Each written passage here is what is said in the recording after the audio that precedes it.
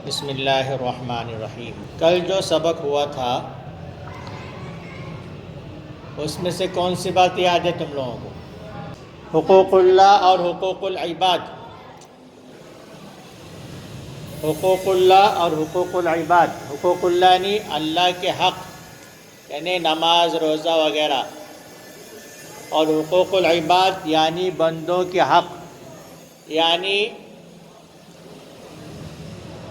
کسی پر ظلم نہیں کرنا اور ہر ایک کا حق ادا کرنا، یہ بندوں کے حق ہے کہ کسی کے غیبت نہیں کرنا، کسی کو گالی نہیں دینا، کسی کو بیجا نہیں مارنا، کسی کے پیسے نہیں لوٹنا، کسی کی بے عزتی نہیں کرنا، یہ بندوں کے حق ہے۔ اور اللہ تعالیٰ قیامت کے دن جو اپنے حقوق ہوں گے، یعنی جو اللہ کے حقوق ہوں گے، اس میں جس کو چاہیں گے معاف فرما دیں گے۔ لیکن جو بندوں کے حق ہے، اللہ تبارک و تعالیٰ کیا کرے گا؟ اس وقت میں جب تک بندہ معاف نہیں کرتا تب تک معاف نہیں کرے گا۔ اور قیامت کے دن ایک شخص بہت ساری عبادتیں لے کر آئے گا، بہت سارے نیک عمل لے کر آئے گا۔ جیسے پہاڑ ہوتا ہے، ایسے پہاڑوں کی برابر نیکیاں لے کر آئے گا، اور نیکیاں لانے کے بعد میں اس کے ساتھ ساتھ اس نے دنیا میں کسی کے پیسے لوٹا ہوں گا، کسی کو بیجا مارا ہوں گا، کسی کو گالی دی ہوں گی، کسی کی غیبت کی ہوں گی، کسی کی بے عزتی کی ہوں گی، کسی کا حق چھینا ہوگا، کسی کا حق دبایا ہوگا، تو وہ سب حق طلب کرنے والے آ کر جمع ہو جائیں گے، اور اللہ تبارک و تعالیٰ کی بارگاہ میں آ کر کہیں گے کہ اے باری تعالیٰ، اس نے دنیا میں میرے اوپر ظلم کیا تھا، مجھے اس کا بدلہ چاہیے۔ تو اللہ تبارک و تعالیٰ اس کو بدلہ دیں گے۔ کیسا دیں گے؟ کہ اس کی جو نیکیاں، یعنی جو مارنے والا، ظلم کرنے والا جو تھا، دنیا میں بہت دادا گیری چل رہی تھی اس کی نیکیاں لے کر اس آدمی کو دی جائے گی جس آدمی پر ظلم ہوا تھا۔ اس طرح سے نیکیاں دیتے دیتے سب ختم ہو جائیں گی، اس لیے کہ جو دنیا میں اس نے ظلم کیا اس کا بدلہ اس کو دینا پڑے گا، اور وہاں قیامت میں حساب الگ ہے۔ کیسا حساب ہے؟ کہ وہاں 4 رتی یا کچھ اس سے کم زیادہ مقدار کا کسی نے کسی کا پیسہ لوٹا، تو اس کے بدلے میں اس کو 70 مقبول نماز دینا پڑیں گی، ایسی نماز جو قبول ہو گئی۔ ایسی کتنی نماز دینا پڑیں گی؟ 70۔ تو حساب سے دیکھو، کس نے 1000 روپے لوٹا رہیں گا، 1,00,000 روپے لوٹا رہیں گا، کسی نے کسی کی زمین لوٹا ہوگا، کسی نے کسی گھر پہ قبضہ کر کے بیٹھا ہوگا، تو اس کو کتنا دینا پڑے گا؟ دادا گیری، گنڈا گردی کر کے کرتے نا لوگ ایسا، تو ان کو کتنا اس کا حساب دینا پڑے گا۔ تو دیتے دیتے اس کی ساری نیکیاں ختم ہو جائیں گی۔ آ رہی بات سمجھ میں؟ ساری نیکیاں ختم ہو جائیں گی، اور ساری نیکیاں ختم ہونے کے بعد میں بھی لوگ باقی رہیں گے کہ اللہ، اس نے دنیا میں میرے اوپر ظلم کیا تھا۔ پھر اللہ تعالیٰ فرشتوں کو حکم دیں گے کہ اب کیا کرو؟ ان لوگوں کے گناہ لے کر، جن پر ظلم ہوا تھا ان کے گناہ لے کر اس شخص پر ڈال دو جس نے ظلم کیا تھا، اور اس کے اوپر پھر وہ گناہ ڈالے جائیں گے، اور اس کو گھسیٹ کر جہنم میں پھینک دیا جائے گا۔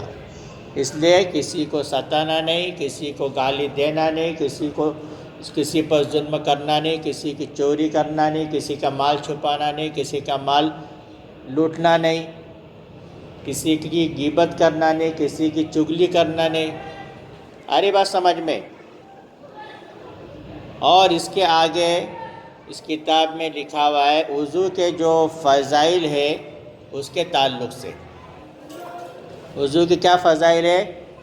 بخاری شریف کی ایک اور روایت ہے جس میں آپ صلی اللہ علیہ وسلم فرماتے ہیں، میری امت کے لوگ وضو کے نشانات کی وجہ سے قیامت کے دن سفید پیشانی اور سفید ہاتھ پاؤں والوں کی شکل میں بلائے جائیں گے۔ تو تم میں سے جو کوئی چمک بڑھانا چاہے تو وہ بڑھا لے۔ آپ صلی اللہ علیہ وسلم نے فرمایا میں قیامت میں اپنی امت کو ان کے آثار عضو اعضاء کی چمک کی وجہ سے پہچان لوں گا کہ جتنی میری امت ہوگی ان کے اعضاء عضو چمک رہے ہوں گے۔ آ رہی بات سمجھ میں؟ پہلے کیا ہے کہ وضو کے نشانات کی وجہ سے قیامت کے دن سفید پیشانی اور سفید ہاتھ پاؤں والوں کی شکل میں بلائے جائیں گے، یعنی وضو کی وجہ سے ان کا چہرہ اور ان کے ہاتھ پیر چمک رہے ہوں گے۔ وضو میں چہرہ اور ہاتھ پیر دھوتے ہیں نا، وہ چمک رہے ہوں گے۔ تو تم میں سے جو کوئی چمک بڑھانا چاہے تو بڑھا لے۔ تو چمک بڑھانا چاہے تو بڑھا لے کا مطلب کیا ہے؟ کہ ایسا مطلب نہیں ہے کہ تم 3 مرتبہ کی جگہ پہ 10 مرتبہ دھو، یا پھر تم کو ہاتھ یہاں تک دھونے بولے تو یہاں تک دھو، پیر یہاں تک دھونے بولے تو یہاں تک دھو۔ اس کا وہ مطلب نہیں ہے۔ اس کا مطلب یہ ہے کہ تم زیادہ سے زیادہ نماز پڑھو، زیادہ سے زیادہ ذکر کرو، زیادہ سے زیادہ قرآن شریف کی تلاوت کرو، اور تم جب بھی نماز پڑھنے کے لیے جائیں گے تو وضو کریں گے، جب بھی جو نفل نماز پڑھنے کا ارادہ ہوگا وضو کریں گے، اور جب بھی تم قرآن شریف پڑھنے کا ارادہ کریں گے تو وضو کریں گے۔ تو اس طرح وضو ہماری بار بار ہوں گی۔ آ رہی بات سمجھ میں؟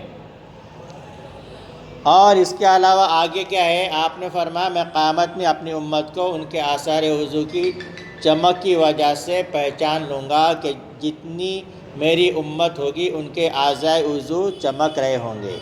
حضور پاک صلی اللہ علیہ وسلم کی امت، یعنی یہ امت محمدیہ صلی اللہ علیہ وسلم کے اعضاء یعنی چہرہ، ہاتھ، پاؤں وضو کی وجہ سے چمک رہے ہوں گے۔ لیکن کب چمکیں گے؟ عادل کب چمکیں گے؟ نماز پڑھے تو چمکیں گے نا، نماز نہیں پڑھیں گے تو وضو کب کریں گے؟ ہاں، کہ اسکول کو جانے کو وضو کرتے؟ نماز پڑھیں گے پابندی سے تو 5 ٹائم پہ وضو ہوں گی، اور قرآن شریف پڑھنے کی جب ارادہ ہوگا تب وضو کریں گے۔ جب نماز ہی نہیں پڑھ رہے، قرآن شریف نہیں پڑھ رہے تو وضو کب کریں گے؟ ایسا رہا تو چمکیں گے کیا پھر؟ جب چمکیں گے نہیں تو ہمارے نبی صلی اللہ علیہ وسلم ہم کو پہچانیں گے کیسے؟ تو پہچاننے کے لیے ہمارے وضو کے جو اعضاء چمکنا چاہیے کہ نہیں؟ وہ چمکیں گے کب؟ جب ہم نمازوں کی پابندی کریں گے تب وہ چمکیں گے۔ اس لیے ہمیں کیا کرنا ہے کہ نمازوں کو پابندی سے ادا کرنا ہے۔ جب ہم نماز پابندی سے ادا کریں گے تو ہم وضو بھی کریں گے۔ بغیر وضو کے نماز ہوتی کیا؟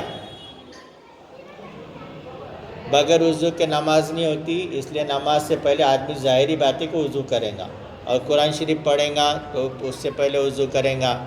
جو بھی عبادت کرنے کے لیے خاص طور سے آدمی پہلے وضو کرتا جب اس کا دل اس کے اندر عبادت میں لگتا، چاہے وہ نفل عبادت ہو، چاہے ذکر کرنا ہی کیوں نہ ہو۔ حالانکہ بغیر وضو کے بھی آدمی ذکر کر سکتا، لیکن اس کو وضو کر کے جب ذکر کرنے کے لیے بیٹھیں گا تو اس کا زیادہ دل لگے گا عبادت میں۔ تو آئی بات سمجھ میں؟ ٹھیک ہے۔